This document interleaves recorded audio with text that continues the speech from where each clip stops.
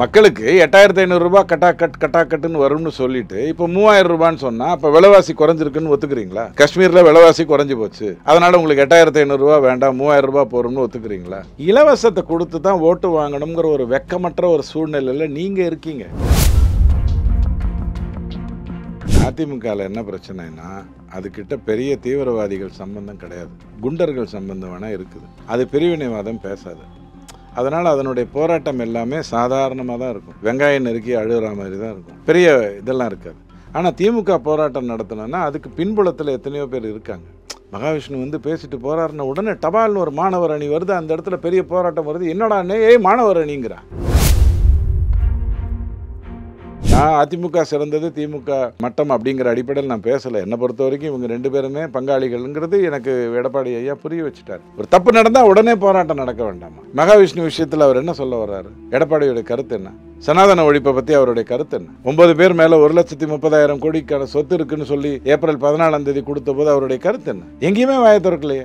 85 லட்சம் பேருக்கு கையெழுத்து வாங்கிட்டோம், நீதிமன்றத்துக்கு போனாங்க, நீதிமன்றம் வந்து இதெல்லாம் ஒத்துக்க முடியாதுன்னு தூக்கி போட்டுருச்சு. எடப்பாடி ஒன்றும் கருத்தே சொல்லலையே. வாக்கு வங்கி அரசியலில் இவங்க ரெண்டு பேருமே ஒரே விளையாட்டை தான் விளையாடிட்டு இருக்காங்க, வீட்டுக்குள்ளே தான் விளையாடுறாங்க. இவங்களை வச்சுக்கிட்டு நாம் என்னத்தை பேசுகிறோம்?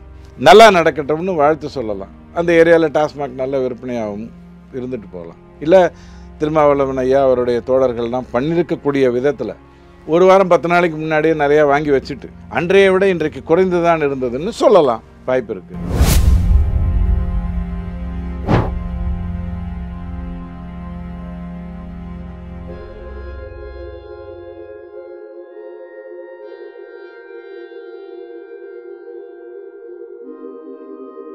ரியல் ஒன் நேயர்களுக்கு வணக்கம். இன்றைய நேர்காணலுக்காக நம்முடன் இணைகிறார் அரசியல் விமர்சகர் திரு ரவி டிடிஎஸ் அவர்கள்.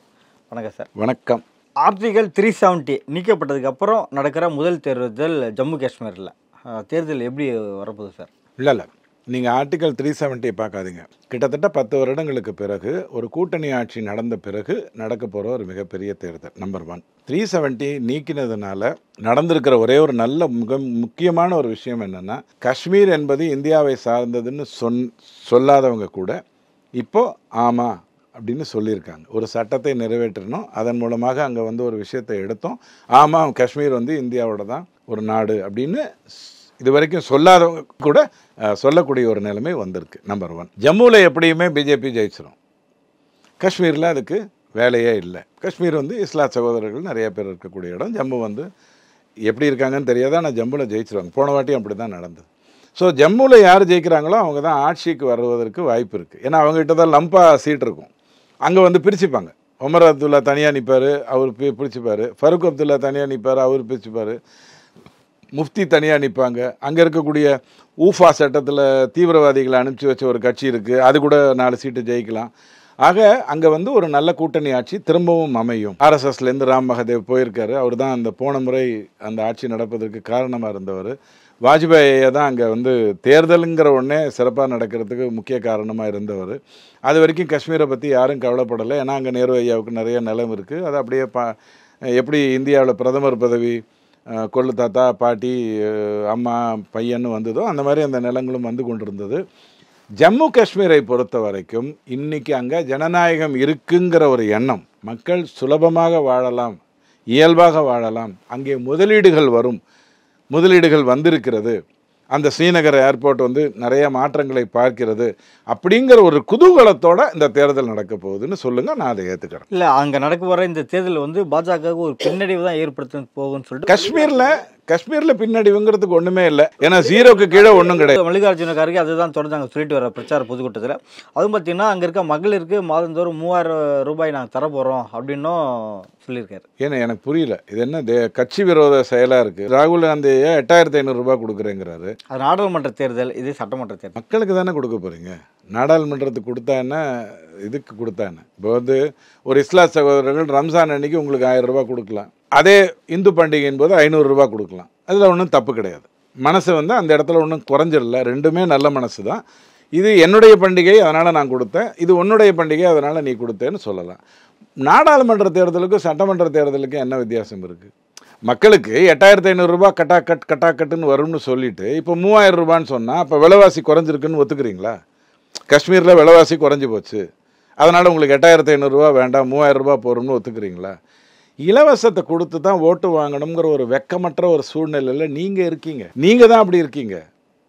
நீங்கள் எதை கொடுத்தேன்னு சொன்னாலும் அந்த மக்கள் நேர்மையாக ஓட்டு போட போகிறாங்க. அதுக்கு ஒரு காரணம் உங்களுக்கு தெரியும். போன முறை தேர்தலில் பழம்பெரும் தலைவர்கள்லாம் எப்படி தோத்தாங்க அப்படிங்கிறது தெரியும். ஒருத்தர் நிற்காமையே இருந்தாருங்கிறது நமக்கு நல்லா தெரியும்.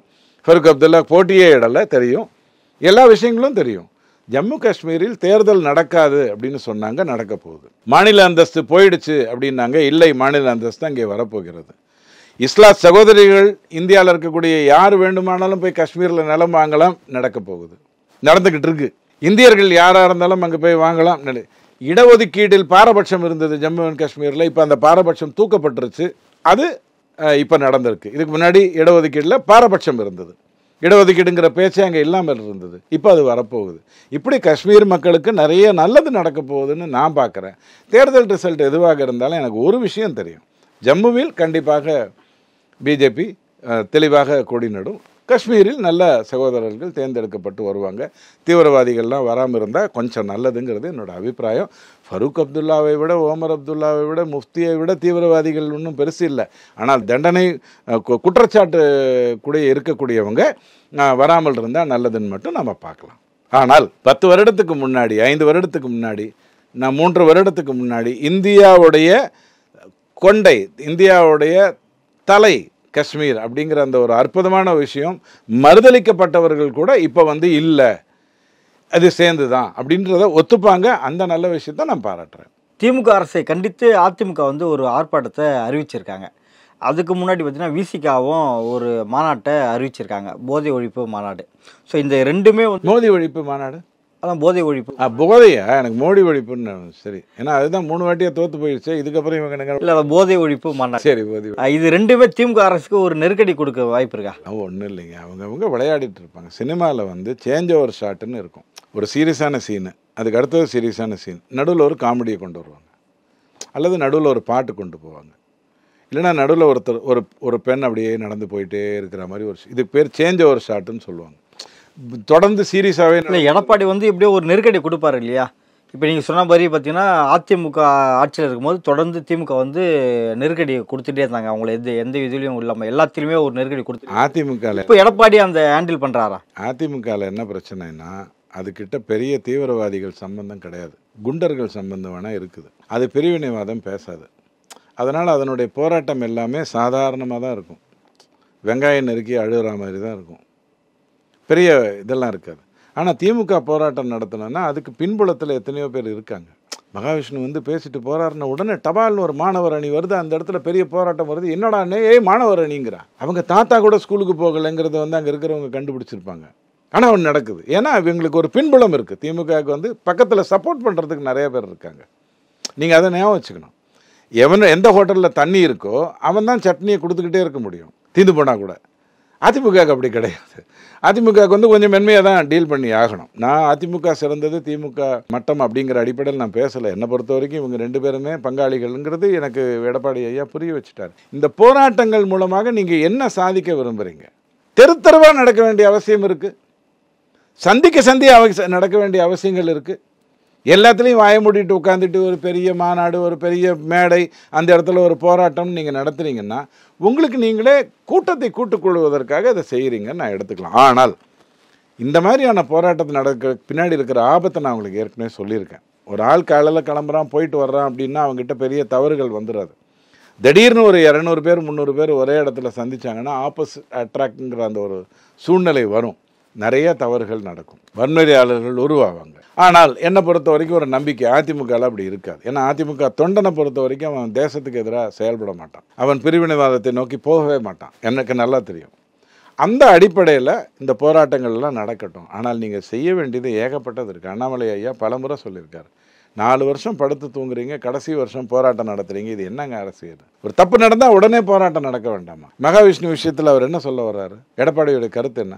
சனாதன ஒழிப்பை பற்றி அவருடைய கருத்து என்ன? 9 பேர் மேலே 1,30,000 கோடிக்கான சொத்து இருக்குன்னு சொல்லி ஏப்ரல் 14ஆம் தேதி கொடுத்த போது அவருடைய கருத்து என்ன? எங்கேயுமே வாயை திறக்கலையே.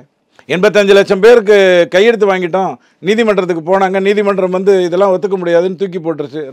எடப்பாடி ஒன்றும் கருத்தே சொல்லலையே. வாக்கு வங்கி அரசியலில் இவங்க 2 பேருமே ஒரே விளையாட்டை தான் விளையாடிட்டு இருக்காங்க, வீட்டுக்குள்ளே தான் விளையாடுறாங்க. இவங்களை வச்சுக்கிட்டு நாம் என்னத்தை பேசுகிறது? நல்லா நடக்கட்டும்னு வாழ்த்து சொல்லலாம். அந்த ஏரியாவில் டாஸ்மாக் நல்ல விற்பனையாகவும் இருந்துட்டு போகலாம். இல்லை திருமாவளவன் ஐயா அவருடைய தோழர்கள்லாம் பண்ணியிருக்கக்கூடிய விதத்தில் ஒரு வாரம் 10 நாளைக்கு முன்னாடியே நிறையா வாங்கி வச்சுட்டு அன்றைய விட இன்றைக்கு குறைந்து தான் இருந்ததுன்னு சொல்லலாம், வாய்ப்பு இருக்குது. இதனால் மாற்றங்கள் எதுவும் வர்றதுக்கு வாய்ப்பு இல்லை. ஐயா 2019, 21, 24 3 தேர்தல் நடந்ததா இல்லையா எடப்பாடி ஐயாவுடைய தலைமையில்? ஒரு தேர்தல் வாக்குறுதி சொல்லுங்கள் அவங்க அற்புதமாக கொடுத்தாங்கன்னு. இந்த 3 தேர்தலில் 19, 21, 24 இந்த தேர்தல் வாக்குறுதி சூப்பராக கொடுத்தாரு ஐயா. ஒன்று சொல்லுங்கள். திருப்பி அதே மாவு, அதே முருகல் தோசை, அதே மிளகா பொடி தோசைன்னு கொடுத்துக்கிட்டு இருக்கீங்க. உங்களுக்குன்னு ஒரு ஐடென்டிட்டி வேணாமா? எவ்வளோ பெரிய கட்சி அதிமுக. எடப்பாடி அதை எப்படி மீட்டார்? அற்புதமாக மீட்டார். ஒரு குடும்பத்துக்கு கட்டுக்குள்ளே போய் மாட்டாமல் அழகாக மீட்டார். எவ்வளோ அற்புதமாக செயல்பட்டுட்டு வந்தார் ஆகஸ்ட் மாதம் வரைக்கும். அப்புறம் ஒரு வருடமாக ஸோ நடத்தட்டும், நல்லா இருக்கட்டும். ஸ்டாலின் அவர்கள் 18 நாட்கள் தமிழ்நாட்டில் இல்லாத வெற்றிடத்தை எப்படி பார்க்குறீங்க சார்? வெற்றிடம் 2 விஷயத்த பண்ணலை. அவர் வெளிநாடு போனால் யாராவது இங்கே கைது ஆகிடுவாங்க அமைச்சர். இந்த வாட்டி இன்னும் யாரையும் கைது ஆகலை. அதனால் அவர் வந்து சந்தோஷமாக வரலாம். நம்பர் 1. அவரே எச்சரிச்சுட்டு போன மாதிரி, நான் வெளிநாட்டில் இருந்தாலும் உங்களெல்லாம் பார்த்துக்கிட்டே இருப்பேன், எங்கேயாவது தப்பு பண்ணீங்க, யார் அமைச்சருக்கு சொல்கிறாரு, எங்கேயாவது தப்பு பண்ணீங்க நான் கண்டுபிடிச்சிருவேன் அப்படின்ட்டு போனார். நல்ல வேலையாக எதுவும் பெருசாக நடக்கலைன்னு நான் நம்புகிறேன். அதனால் நல்ல விஷயந்தான். அவர் திரும்ப வந்தாருன்னா பூங்கொத்து கொடுத்து வரவேற்க வேண்டிய ஒரு நல்ல விஷயம். இல்லை, உதயநிதி ஸ்டாலினோட ஒரு செயல்பாடு இந்த 18 நாளில் பெருசாக ஒன்றும் இல்லையே, ஒன்றும் அசம்பாவிதம் எதுவும் நடக்கலை. காரை விட நாய் கொஞ்சம் வேகமாக போச்சுன்னு ஒரு குற்றச்சாட்டை நீங்கள் கிண்டலாக சொல்லலாம். அதை தவிர வேறு ஒன்றும் பெருசாக தப்பு நடந்துடல. அதனால் நல்லபடியாக மகிழ்ச்சியாக இருங்க. ஏன் போய் இந்த வாரம் உங்களுக்கு நல்ல வாரம் ஆகட்டும்னு ஜோசியர் சொன்னால் எப்படி இருக்குமோ அந்த மாதிரி இந்த 13 நாளில் ஒன்றும் நடக்கலைன்னு சந்தோஷப்பட்டுக்கோங்க. என்னை பொறுத்த வரைக்கும் நடப்பு அரசியல் குறித்து பல்வேறு கருத்தில் பிரச்சனைக்கு நன்றி.